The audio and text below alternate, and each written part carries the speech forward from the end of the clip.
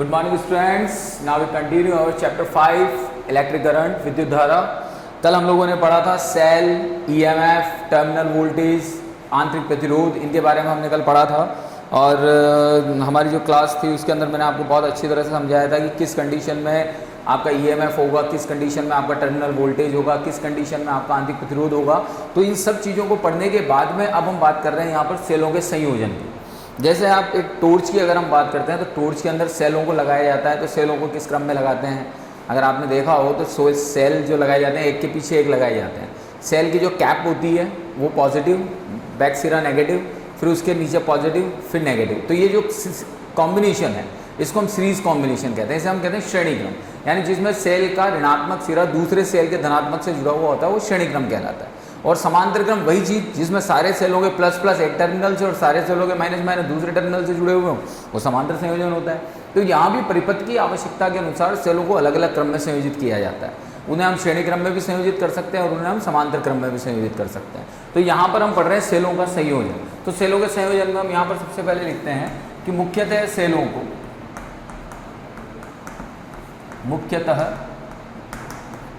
को दो प्रकार से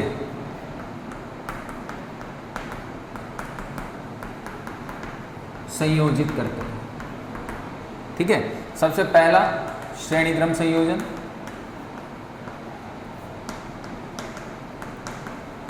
और दूसरा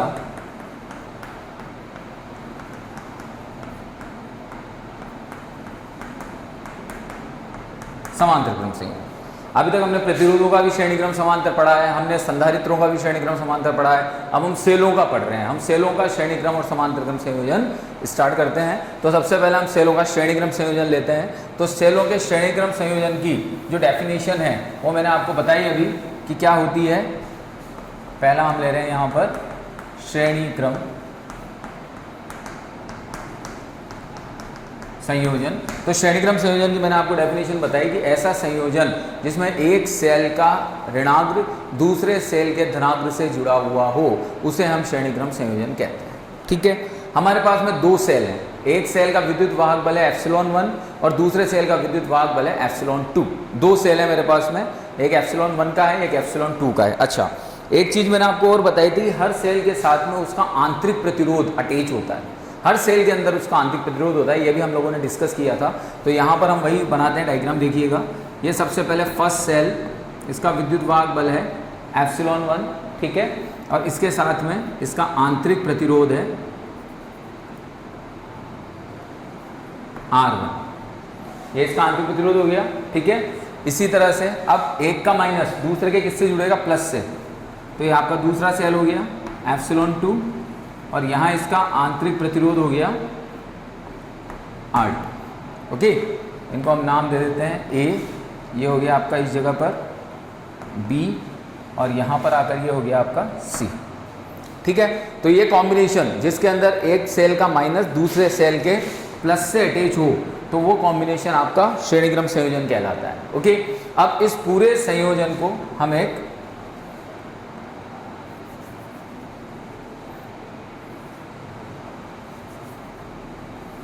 लोड प्रतिरोध R से जोड़ देते हैं। लोड प्रतिरोध क्या कहलाता है, जो बाह्य प्रतिरोध होता है, उस लोड प्रतिरोध R से हम इसे यहाँ पर अटैच कर देते हैं। ओके, तो अब यहाँ पर हम ये कहते हैं कि लोड प्रतिरोध R से जब हम इसे अटैच करते हैं तो अब यहाँ पर सबसे पहले करंट फ्लो देखते हैं।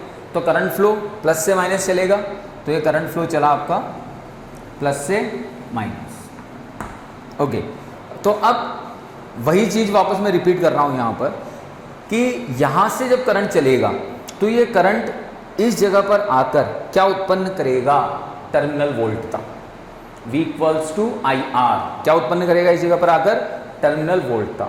और उस टर्मिनल वोल्टता का मान इन दोनों विद्युत वाहक बलों के योग के बराबर होगा।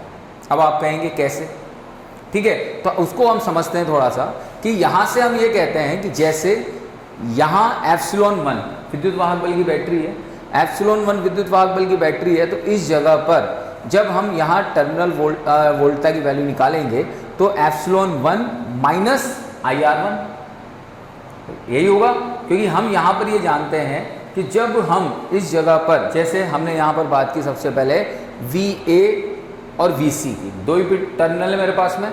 तो सबसे पहले मैं यहाँ पर थ्योरी बता देता हूँ आपको कि माना दो सेल जिनके विद्युत वाहक बल ε1 और ε2 है तथा जिनके आंतरिक प्रतिरोध R1 व R2 हैं, दोनों आपस में श्रेणी क्रम में संयोजित हैं, इनके साथ में एक बाह्य प्रतिरोध R जुड़ा हुआ है। ओके, तो सबसे पहले विभवांतर हम देखते हैं A और C बिंदुओं के मध्य में। तो बिंदु A व C के मध्य विभवांतर VAC। अब एक तरह से देखा जाए तो ये VAC क्या है, टर्मिनल वोल्ट था। तो ये भुजा और ये भुजा आपस में समानांतर क्रम में है, तो जितना वोल्टेज यहाँ होगा उतना वोल्टेज यहाँ होगा। समांतर क्रम में विभव का मान समान होता है, तो यहाँ पर वोल्टेज कितना होगा, करंट यहाँ पहुंचेगी तो IR। तो VAC किसके इक्वल हो गया यहाँ पर आपके, IR।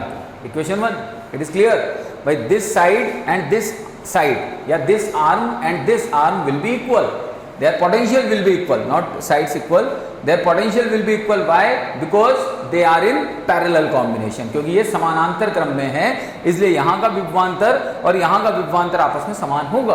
अब VAC की जब हम बात करते हैं तो VAC को हम कैसे लिख सकते हैं, देखिएगा VAC इक्वल्स टू, हम लिखते हैं VA minus VB plus VB minus VC। तो VAC इक्वल्स टू लिख सकते हैं हम VA minus VB plus VB minus VC।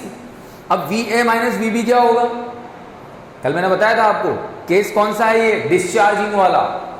कौन सा केस है, डिस्चार्ज हो रहा है, करंट फ्लो कर रहा है बैटरी, तो बैटरी डिस्चार्ज होगी। और डिस्चार्जिंग की कंडीशन क्या होती है, अनावेशन की कंडीशन क्या होती है, V equals to epsilon minus IR, यही होती है। तो VA माइनस VB को क्या लिखोगे तुम, एप्सिलॉन 1 माइनस IR1, क्योंकि करंट की वैल्यू तो सीरीज कॉम्बिनेशन में सेम रहती है, प्लस VB माइनस VC को क्या लिखोगे, एप्सिलॉन 2 माइनस IR2, और इधर क्या आएगा आपका IR, क्योंकि VAC की वैल्यू कितनी है IR।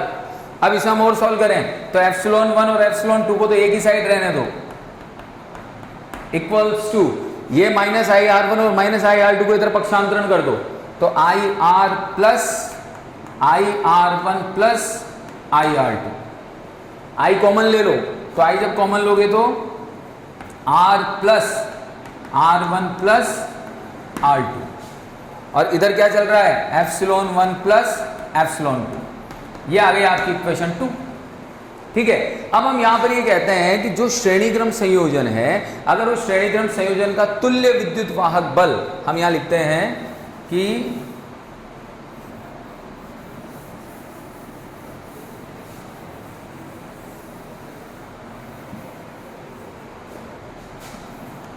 यदि श्रेणीक्रम संयोजन का तुल्य विद्युत वाहक बल एप्सिलॉन EQ, EQ का मतलब क्या होता है, इक्विवेलेंट, इक्विवेलेंट का मतलब तुल्य, तथा तुल्य आंतरिक प्रतिरोध R इक्विवेलेंट हो, तो समीकरण 2 से, तो अगर हम यहां पर बात करते हैं कि भाई प्रतिरोध R इक्विवेलेंट है और एप्सिलॉन इक्विवेलेंट है, तो एप्सिलॉन इक्विवेलेंट इक्वल्स टू क्या हो जाएगा, R प्लस IR इक्विवेलेंट। ये एक जनरल फॉर्मूला हो गया आपका। ठीक है, यहां पर हम लिखेंगे, सॉरी,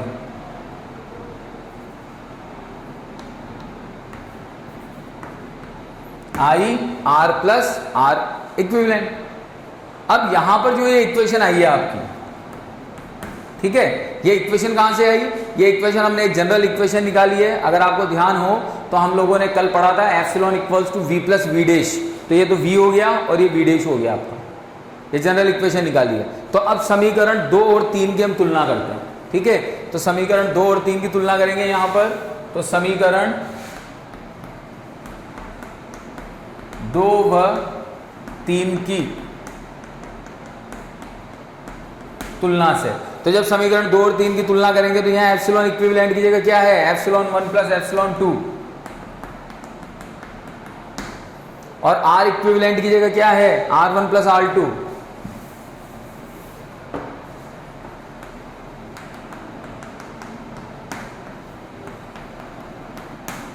तो ये हो गई आपकी इक्वेशन 4, जहां पर आपने एप्सिलॉन इक्विवेलेंट निकाल दिया। अच्छा, यहीं से समीकरण 3 से मैं परिपथ में प्रवाहित धारा का मान निकाल सकता हूं। तो समीकरण 3 से I इक्वल्स टू परिपथ में प्रवाहित धारा कितनी होगी, epsilon equivalent upon R plus R equivalent, यह आपकी परिपथ में प्रवाहित धारा आ गई। ठीक है, तो हम यहां पर ये कहते हैं कि श्रेणीक्रम संयोजन में जो विद्युत वाहक बल है, तुल्य विद्युत वाहक बल है परिपथ का, वो अलग अलग सेलों के विद्युत वाहक बलों के योग के बराबर होता है, और आंतरिक प्रतिरोध का मान भी इंडिविजुअल जो रेजिस्टेंसेज हैं, अलग अलग आंतरिक प्रतिरोध हैं, उनके योग के बराबर होता है। तो ये तो आपका यहां से निष्कर्ष निकल गया कि हम स्पष्टतया ये कह सकते हैं कि जो तुल्य विद्युत वाहक बल है वो सेलों के विद्युत वाहक बलों के योग के बराबर होता है, और आंतरिक प्रतिरोध अलग अलग सेलों के आंतरिक प्रतिरोधों के योग के बराबर होता है। अब हम यहां पर ये कह रहे हैं कि अगर जो संयोजन श्रेणीक्रम में जुड़ा हुआ है, उस संयोजन में n सेल जुड़े हुए हैं, और n सेलों का विद्युत वाहक बल और आंतरिक प्रतिरोध दोनों समान है। n सेल जुड़ रहे हैं, समझिएगा ध्यान से, श्रेणीक्रम संयोजन में n सेल जुड़े हुए हैं और उन n सेलों का विद्युत वाहक बल भी समान है और आंतरिक प्रतिरोध भी समान है। तो अब उस कंडीशन में क्या होगा, तो देखिए epsilon equivalent equals to epsilon plus dot dot dot epsilon, कितने टाइम्स तक, n टाइम्स तक। तो इसको मैं क्या लिख सकता हूं, epsilon equivalent equals to n epsilon लिख सकते हैं ऐसा, और r equivalent equals to r plus dot dot dot r, कितने टाइम, वापस भाई n टाइम। तो इसको हम क्या लिख सकते हैं, r equivalent equals to n r। दो चीजें हो गई, तो epsilon equivalent equals to n epsilon और r equivalent equals to n r। अगर हम यहां पर बात करते हैं कि अगर n सेल जुड़े हुए हैं तो उस कंडीशन में क्या होगा। ठीक है, अब यहीं पर अगर मैं ये कहता हूं कि एप्सिलॉन इक्विवेलेंट इक्वल्स टू तो है आपका n एप्सिलॉन, और r इक्विवेलेंट इक्वल्स टू है n r, तो इस कंडीशन में क्या फॉर्मूला बन गया अब आपका, I इक्वल्स टू, इस इक्वेशन में एप्सिलॉन इक्विवेलेंट की जगह तो n epsilon upon r plus n r, यह आपका फॉर्मूला निकल के यहां पर सामने आ गया। ठीक है, अब हम ये कहते हैं कि मान लीजिए जो दो बैटरियां आपके पास में जुड़ी हुई हैं, अगर हम उनकी ध्रुवता उलट दें, ध्रुवता उलटने से मतलब क्या है, प्लस की जगह माइनस कर दें। कैसे, देखिएगा हम लिखते हैं यहां पर, यदि बैटरी की ध्रुवता उलट दी जाए, ये यूं और ये यूं, या फिर ये यूं ये यूं, तो इन दोनों कंडीशंस में जो एप्सिलॉन निकलेगा वो तुल्य विद्युत वाहक बल किसके बराबर होगा। तो अगर इस कंडीशन की मैं बात करता हूं तो इस वाली कंडीशन में जो एप्सिलॉन इक्विवेलेंट आएगा वो एप्सिलॉन 1 माइनस एप्सिलॉन 2 आएगा, क्योंकि जिसकी ध्रुवता बदलेगी उसका चिन्ह बदलेगा, ध्यान रखिएगा, जिसकी ध्रुवता बदलेगी उसका विद्युत वाहक बल बदल जाए, बदलने से मतलब विद्युत वाहक बल का चिन्ह बदल जाएगा। अब यहां पर ध्रुवता किसकी बदल रही है, एप्सिलॉन 1 की, एप्सिलॉन 2 एज इट इज है, तो इस वाले केस के लिए एप्सिलॉन इक्विवेलेंट कितना हो जाएगा, एप्सिलॉन 2 माइनस एप्सिलॉन 1। तो अगर हम सेलों की ध्रुवता बदल देते हैं तो सेलों की ध्रुवता बदलने पर जो तुल्य विद्युत वाहक बल है उनके मान भी बदल जाते हैं, यानी जिस सेल की ध्रुवता बदलेगी उसका विद्युत वाहक बल का मान ऋणात्मक हो जाएगा। It is clear. लेकिन आंतरिक प्रतिरोध पर कोई प्रभाव नहीं पड़ेगा, ध्रुवता बदलने से आंतरिक प्रतिरोध कभी नहीं बदलता है। ध्यान रखिएगा, वैद्युत अपघट्य की वजह से आंतरिक प्रतिरोध उत्पन्न हो रहा है तो वैद्युत अपघट्य पर टर्मिनल चेंज होने का कोई भी इंपैक्ट नहीं आता है। Okay, now our next topic, सेलों का समांतर क्रम संयोजन। ठीक है, सेलों का समांतर क्रम संयोजन, वही चीज वापस देखिए, एक इंपॉर्टेंट थिंग हमेशा ध्यान रखिएगा कि समांतर क्रम संयोजन में सदैव विभवांतर नियत रहता है, सदैव वोल्टता कांस्टेंट रहती है, ऑलवेज रिमेंबर। अब सेलों के समानांतर क्रम संयोजन में क्या होगा कि प्रत्येक सेल का समान टर्मिनल प्लस प्लस प्लस वाले टर्मिनल एक बिंदु से और माइनस माइनस वाले टर्मिनल दूसरे बिंदु से जुड़े हुए होंगे। ठीक है, वही चीज हर सेल का अपना एक आंतरिक प्रतिरोध होगा। तो मैं यहाँ पर एक डायग्राम बना रहा हूँ, उससे आप समझेंगे इस चीज को। सबसे पहले हमने यहाँ पर एक सेल लिया जिसका विद्युत वाहक बल है ε1 और इसका आंतरिक प्रतिरोध है R1। ठीक है, उसके बाद यहीं से दूसरा सेल है जिसका विद्युत वाहक बल है ε2 और आंतरिक प्रतिरोध है R2। ये प्लस, ये माइनस, ये प्लस, ये माइनस। ठीक है, यहां से बाह्य परिपथ में एक लोड प्रतिरोध R जुड़ा हुआ है कुछ इस तरह से। अब इस परिपथ में धारावाही कितनी I1, इस परिपथ में धारावाही कितनी I2। ये I1 और I2 इस जगह पर आकर, इस बिंदु पर आकर मिली, तो यहां से क्या बन गई ये I। ये I फ्लो होते हुए यहां पहुंची और यहां पहुंच के फिर दो बिंदुओं में बट गई। I1 I1 की जगह चली गई और I2 I2 की जगह चली गई। ओके, तो हम हमारी थ्योरी में क्या लिखेंगे कि माना कि दो सेल जिनके विद्युत वाहक बल ε1 व ε2 तथा आंतरिक प्रतिरोध R1 व R2 हैं, एक दूसरे के सापेक्ष समानांतर क्रम में जुड़े हुए हैं। इन्हीं के साथ बाह्य परिपथ में एक लोड प्रतिरोध R जुड़ा हुआ है। इन सेलों के कारण से परिपथ में प्रवाहित धारा I1 और I2 हैं। तो परिपथ में कुल धारा कितनी प्रवाहित हुई तो वो हम देखते हैं। सबसे पहले तो परिपथ में प्रवाहित कुल धारा I = I1 प्लस I2, यही हुई कुल धारा प्रवाहित। परिपथ में प्रवाहित कुल धारा I1 प्लस I2। अब हमने क्या कहा, समांतर क्रम में विभवांतर समान रहता है, तो V = प्रथम भुजा की बात कर रहा हूं मैं, या प्रथम भुजा के लिए तो V = क्या हो जाएगा ε1 माइनस I1 R1, यही होगा। ε1 माइनस I1 R1 अनावेशन की स्थिति है, इसलिए ध्यान रखना। यहां से मैं I1 की वैल्यू निकालता हूं, तो I1 R1 को इधर भेजा और इसको उधर भेजा, तो यहां से I1 की वैल्यू क्या आ गई ε1 माइनस V/R1। ठीक है, इसी तरह से द्वितीय भुजा की बात करते हैं।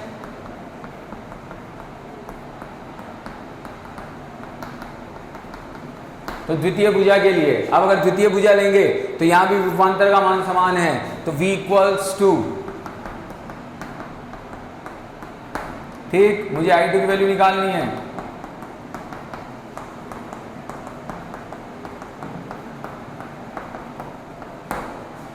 ओके, तो अब यहां पर समीकरण 2 और 3 का मान 1 में रखने पर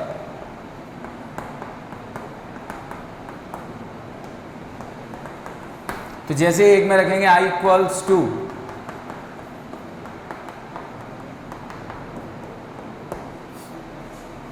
रख दी वैल्यू। ठीक है, अब वैल्यू रखने के बाद में यहां पर हम इसे सॉल्व करते हैं।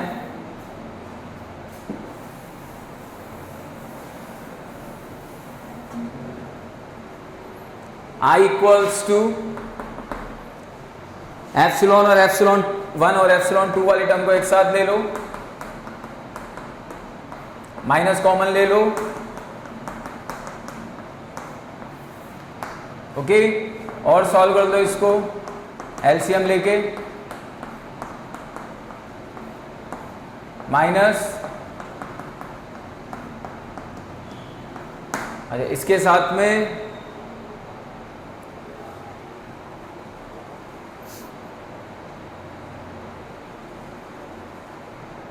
V भी चलेगा, है ना, क्योंकि V कॉमन चल रहा है यहाँ पे,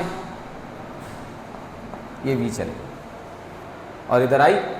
ठीक, अब इस V वाली टर्म का पक्षांतरण इधर कर देते हैं और I को उधर भेज देते हैं।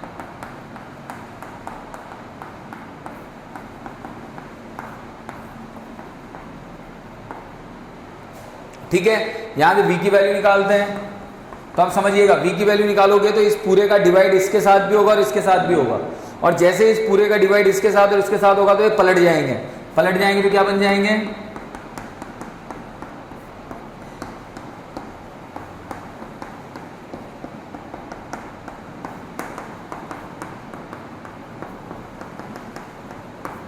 इस तरह से। ठीक है, यहां पर इस R1 R2 से R1 R2 कैंसिल, तो यहां V इक्वल्स क्या आ गया आपका, epsilon 1 R2 plus R1 upon R1 plus R2 minus I R1 R2 upon R1 plus R2। ठीक है, हम लिखते हैं यहां पर यदि संयोजन का तुल्य विद्युत वाहक बल एप्सिलॉन इक्विवेलेंट व तुल्य आंतरिक प्रतिरोध R इक्विवेलेंट हो तो क्या बनेगी इक्वेशन, वही डिस्चार्जिंग वाली कंडीशन लगाओ, epsilon equivalent minus I R equivalent.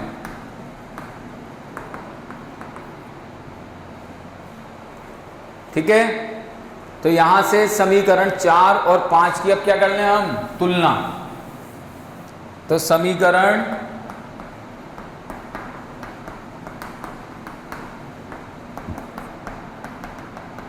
4 व 5 की तुलना से।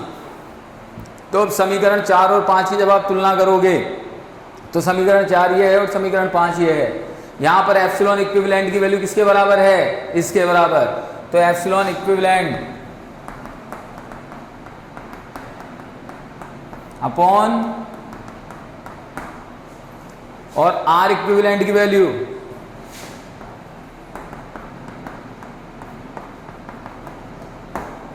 यानी एप्सिलॉन इक्विवेलेंट तो आपका तुल्य विद्युत वाहक बल हो गया और R इक्विवेलेंट क्या हो गया आपका, यहां पर तुल्य आंतरिक प्रतिरोध। ठीक है, अब यहां पर हम ये कहते हैं कि अगर बाह्य प्रतिरोध आपके पास में कितना है, कैपिटल R, बाह्य प्रतिरोध है कैपिटल R, तो प्रवाहित धारा कितनी होगी, तो यहां पर हम निकालते हैं, देखिएगा इसमें यहां से। तो देखिएगा, यदि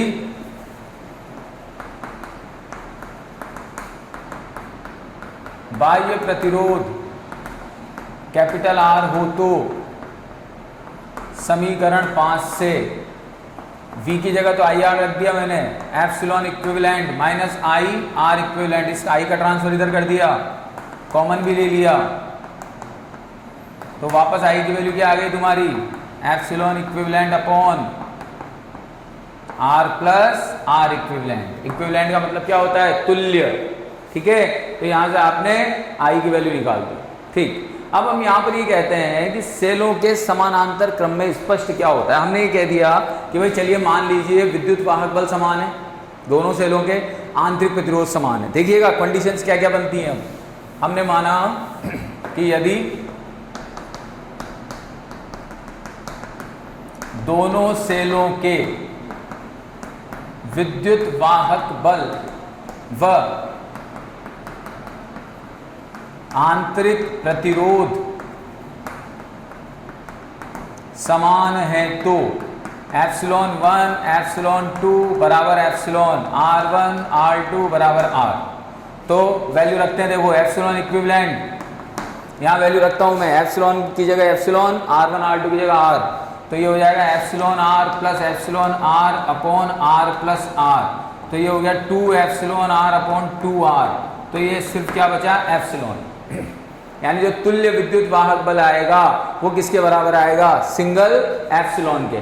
ठीक है, किसी भी एक विद्युत वाहक बल के, क्योंकि हम ये बहुत अच्छी तरह जानते हैं कि समांतर क्रम में विभवांतर का मान समान होता है, विद्युत वाहक बल का मान समान होता है। और अगर R इक्विवेलेंट लेते हैं तो R into R upon R plus R, तो ये हो गया R square upon 2R, that is R equivalent equals to R/2। तो जो तुल्य प्रतिरोध आएगा वो तुल्य प्रतिरोध अपने प्रारंभिक प्रतिरोध का आधा हो जाएगा। ये किस कंडीशन में है? जिस कंडीशन में आपका विद्युत वाहक बल भी समान है और आंतरिक प्रतिरोध भी समान है। तो विद्युत वाहक बल समान होने पर तो जो तुल्य विद्युत वाहक बल है वो किसी भी एक सेल के विद्युत वाहक बल के तुल्य होगा और आंतरिक प्रतिरोध आधा हो जाएगा। क्लियर? अब सेकंड कंडीशन लेते हैं कि अगर मान लीजिए हमारे पास में n सेल जुड़े हुए हैं, n सेल जुड़े हुए हैं जिनका विद्युत वाहक बल भी समान है और आंतरिक प्रतिरोध भी समान है। तो अगर n सेल भी जुड़े हुए हो तब भी कोई प्रॉब्लम नहीं है, वही सेम फिनोमेना चलेगा। तो वापस एप्सिलॉन ही आएगा, क्योंकि हमेशा ध्यान रखिए समांतर क्रम में विभवांतर का मान चेंज नहीं होता है, चाहे कितने सेल जोड़ दो। ठीक है, तो n सेल अगर जुड़े भी हुए हैं तो एप्सिलॉन हो जाएगा। लेकिन जो आपका आंतरिक प्रतिरोध है 2 सेल जुड़ने पर R/2 हुआ था तो n सेल जुड़ने पर R/n हो जाएगा। सिंपल। 2 सेल जुड़ने पर अगर R/2 हुआ था, 3 जुड़ेंगे तो R/3 हो जाएगा, 4 जुड़ेंगे R/4 हो जाएगा। तो n सेल जुड़ने पर कितना हो जाएगा? R/n।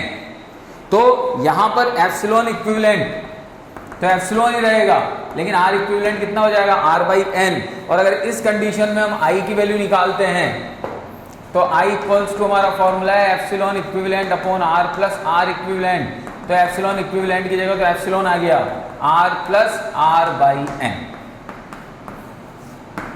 ये आपके यहां से I की वैल्यू आ गई। ओके, तो समांतर क्रम और श्रेणी क्रम संयोजन सेलों का अच्छा टॉपिक है, इंपॉर्टेंट टॉपिक है। बोर्ड्स में भी इसमें से क्वेश्चन पूछा नहीं गया है 1-2 सालों में, तो इस साल ये थोड़ा इंपॉर्टेंट है, तो इसे थोड़ा ध्यान से पढ़ें। ठीक है, और बहुत सिंपल है, कुछ भी नहीं है, बस हमें ध्यान रखना है सेल का, आंतरिक प्रतिरोध का, उसके कॉन्सेप्ट का, आवेशन का, अनावेशन का, कि आवेशन की कंडीशन क्या है, अनावेशन की कंडीशन क्या है, that's all. Okay, next topic है इलेक्ट्रिक एनर्जी, विद्युत ऊर्जा। बहुत सिंपल टॉपिक है। हम ये जानते हैं कि ऊर्जा और कार्य दोनों एक दूसरे के समरूप होते हैं, एक दूसरे के समपूरक होते हैं।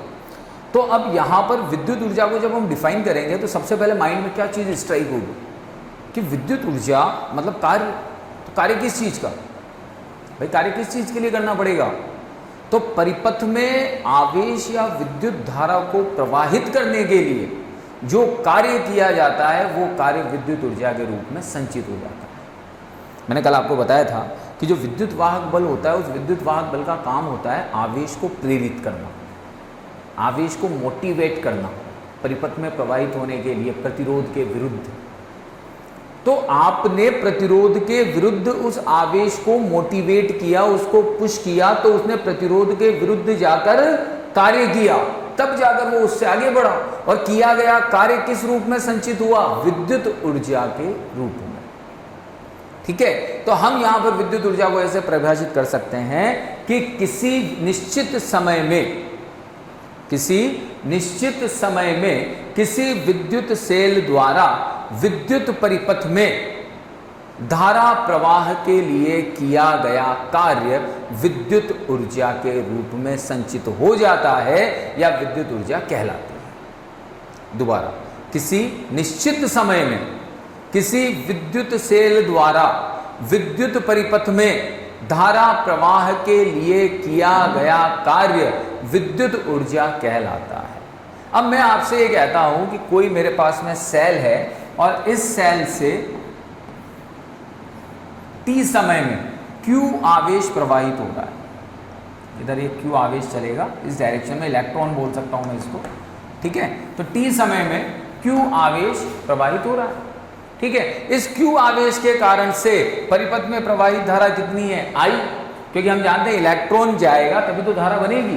तो हमने माना कि इस इलेक्ट्रॉन के प्रवाह के कारण से परिपथ में धारा आई, तो आवेश की मात्रा कितनी होगी? Q equals to IT। अब जब ये धारा प्रवाहित होगी तो धारा प्रवाहित होने पर तार के सिरों पर, जो ये तार है यहाँ पर चाहे तो हम बाह्य प्रतिरोध भी जोड़ सकते हैं, तो तार के सिरों पर क्या उत्पन्न होगा? विभवांतर, ओम के नियम से। ठीक है, तो यहाँ पर हम ये कहते हैं कि यदि तार के सिरों पर विभवांतर V आरोपित कर दें या विभवांतर V मान लिया जाए तो आवेश को एक बिंदु से दूसरे बिंदु तक ले जाने में किया गया कार्य कितना होगा? तो V बराबर W/Q जानते हो आप लोग, विभवांतर बराबर कार्य बटा आवेश। तो किया गया कार्य कितना होगा? तो किया गया कार्य होगा W equals to QV। Q की वैल्यू कितनी है IT, तो W इक्वल्स टू क्या हो गया तुम्हारा VIT, और यही किया गया कार्य विद्युत ऊर्जा कहलाता है। अब इसी किए गए कार्य को हम अलग अलग फॉर्मूलों की फॉर्म में लिख सकते हैं। जैसे हमने कहा ओम का नियम क्या होता है, V इक्वल्स IR, तो आपने V इक्वल्स IR लिख दिया, तो अगला फॉर्मूला बन गया I² RT। ठीक है, एक फॉर्मूला और बना सकते हैं, I इक्वल्स क्या जानते हैं हम, V/R, तो ये हो गया तुम्हारा V²/RT। तो कुल मिलाकर जो विद्युत ऊर्जा के फॉर्मूले हैं वो विद्युत ऊर्जा के फॉर्मूले क्या क्या हो गए, यहाँ पर VIT, I²RT और V²/RT, तो ये विद्युत ऊर्जा के फॉर्मूले आपके पास में। अब यहाँ पर हम ये कहते हैं कि विद्युत ऊर्जा के अगर हम SI मात्रक की बात करते हैं तो ऊर्जा है, ऊर्जा का SI मात्रक तो जूल होता है, सिंपल भाई। विद्युत ऊर्जा का अगर हम ऊर्जा की बात करें तो ऊर्जा का SI मात्रक तो क्या होता है, जूल, और एक जूल इक्वल्स क्या होता है, अगर मैं एक जूल को डिफाइन करता हूँ यहाँ से, तो एक जूल इक्वल्स क्या होगा, 1 वोल्ट इंटू सेकेंड, यही होगा। ठीक है, 1 वोल्ट इंटू सेकेंड। तो यहां पर जब हम इसकी बात कर रहे हैं, किसकी, जूल की, क्योंकि W बराबर होता है QV, तो Q तो हो गया तुम्हारा वॉट, सॉरी गलत हो गया थोड़ा सा यहाँ पे, ये VI है, VI बनता है शक्ति, शक्ति को बोलते हैं वाट, 1 वाट इंटू 1 सेकेंड, तो 1 जूल इक्वल्स हो गया 1 वाट इंटू 1 सेकेंड। विद्युत ऊर्जा का एक व्यावसायिक मात्रक भी होता है जिसे हम कहते हैं 1 किलोवाट आवर या फिर 1 यूनिट। तो यहां पर हम लिखते हैं व्यावसायिक मात्रक, क्या कहते हैं, 1 kWh किलोवाट आवर या फिर 1 यूनिट। तो 1 किलोवाट आवर किसके बराबर होता है, 1 किलो 10⁻3, 1 किलोवाट का मतलब 10⁻3 वाट, इंटू आवर को सेकंड में बदल दो, 3600 सेकंड, तो 36 इंटू 10⁵ वाट इंटू सेकेंड, या फिर 3.6 इंटू 10⁶ वाट इंटू सेकेंड। तो इसका मतलब 1 किलोवाट आवर बराबर 3.6 इंटू 10⁶ जूल हो गया, क्योंकि वाट इंटू सेकेंड को तुमने क्या लिख दिया यहाँ पर, जूल। तो 1 kilowatt hour equals to 3.6 into 10⁶ joule, और ये किसके बराबर होता है, आपके 1 यूनिट के बराबर होता है। ठीक है, अब यहां पर हम ये कहते हैं कि जब जूल के नियम की बात करते हैं, अब एक महत्वपूर्ण तथ्य हम लेते हैं यहाँ पर, साइंटिस्ट था जूल, जूल ने ऊर्जा और ऊष्मा के अंदर संबंध दिया, इसने इसकी सहायता से कार्य और ऊष्मा की तुल्यता को बताया गया, जो जूल का यांत्रिक तुल्यांक कहलाता है, केमिस्ट्री में पढ़ा होगा आप लोगों ने। तो जूल ने क्या किया, कार्य और ऊष्मा की तुल्यता को दर्शाया, कार्य व ऊष्मा की तुल्यता जूल ने बताई।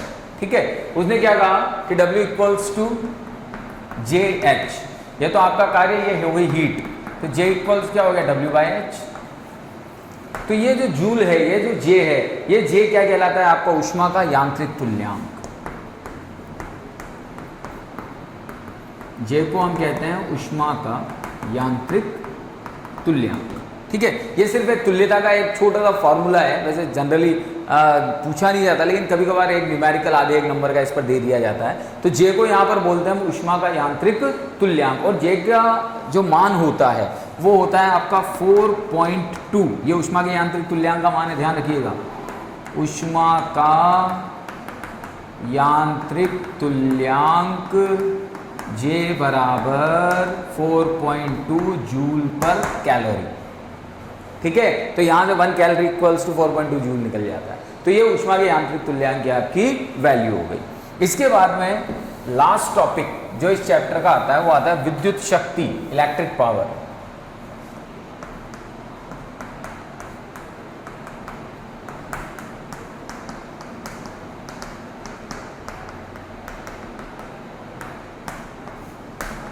विद्युत शक्ति, विद्युत शक्ति क्या होती है, अगर हम सिंपल शक्ति की बात करते हैं तो कार्य बटा समय शक्ति कहलाती है।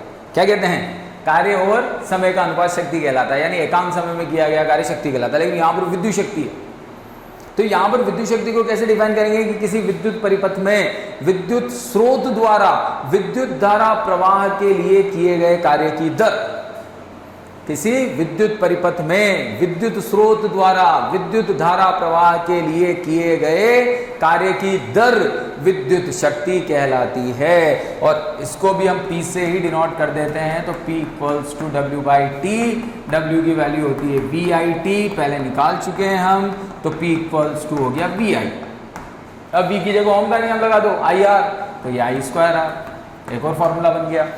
V की जगह पर I की जगह पर V/R रख दो, तो V²/R, ये एक और फॉर्मूला बन गया।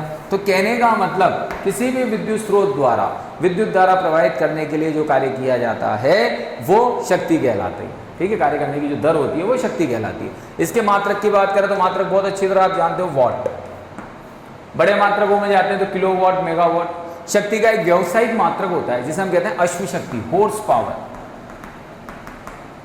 और 1 HP इक्वल्स टू होता है 746 वॉट। ये 1 हॉर्स पावर बराबर होता है 746 वॉट, तो ये अश्व शक्ति होता है। तो ये सिंपल जनरल चीजें हैं, ओके बेटा। तो ये चैप्टर हम लोग का कंप्लीट हो चुका है। इस चैप्टर के अब जो एग्जांपल्स हैं वो मैं आपको इन PDF सेंड करूंगा, उन एग्जांपल्स को कीजिएगा, और जो क्वेश्चन आपको समझ में नहीं आता है वो क्वेश्चन मुझसे डिस्कस कीजिएगा, ओके। Thank you.